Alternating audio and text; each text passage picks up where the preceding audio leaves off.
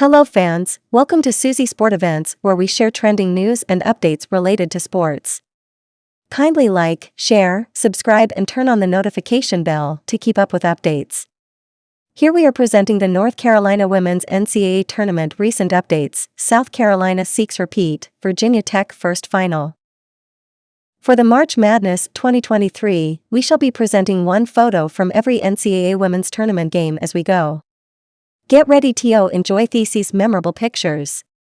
Our women have proven themselves in so many outstanding ways.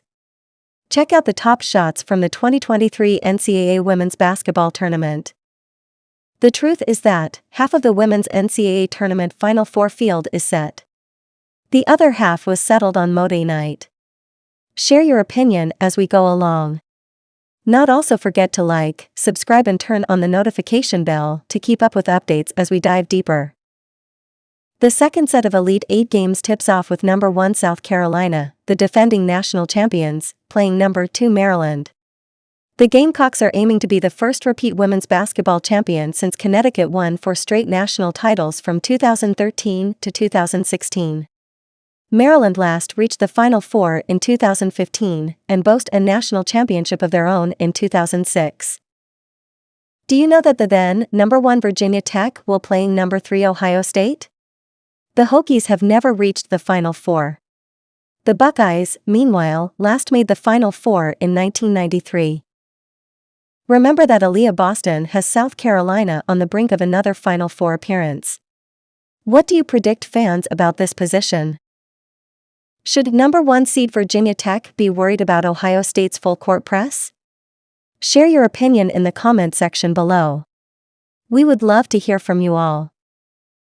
Remember that it didn't take a miracle for Ohio State to advance past the Sweet 16 for the first time since 1993.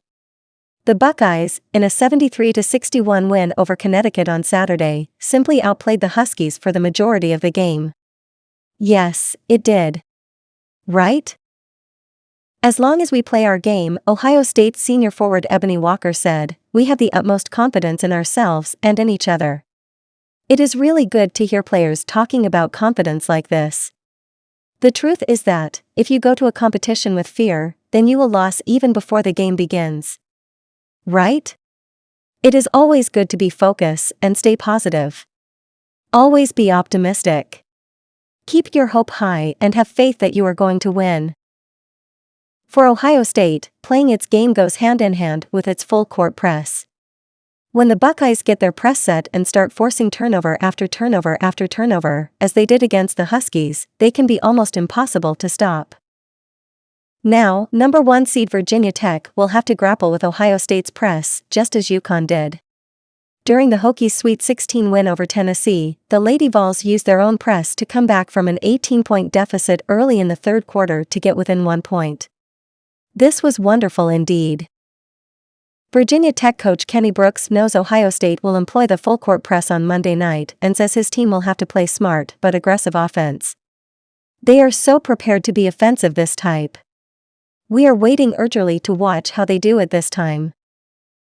We have to get downhill, break the pressure, and get some easy opportunities, and I think that will kind of ease it up a little bit, Brooks said. But they have been doing it all year long. They're really good at it. So we are sure to feed our eyes with another episode this time. Get ready, fans. You can't afford to miss this. LSU coach, Kim Mulkey, has no doubt South Carolina will be in the Final Four. Yes. This is why Kim Mulkey is already calling South Carolina in the Final Four already. Should we join in at this point to call them in the Final Four? No. Not at all. You never know until the game is over. Anything can happen in the arena. We need to be patient and hold on till the end. The defending national champions don't play their Elite 8 game against second-seeded Maryland until Monday night, but Mulkey doesn't need to wait around for that. The top-seeded Gamecocks will be in Dallas next weekend, LSU's coach said Sunday night. So fingers crossed. South Carolina is going.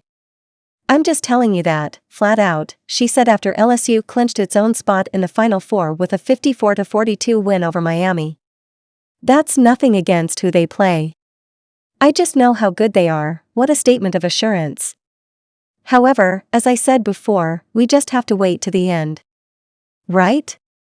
What is your take on this? Kindly share your own opinion in the comment section below.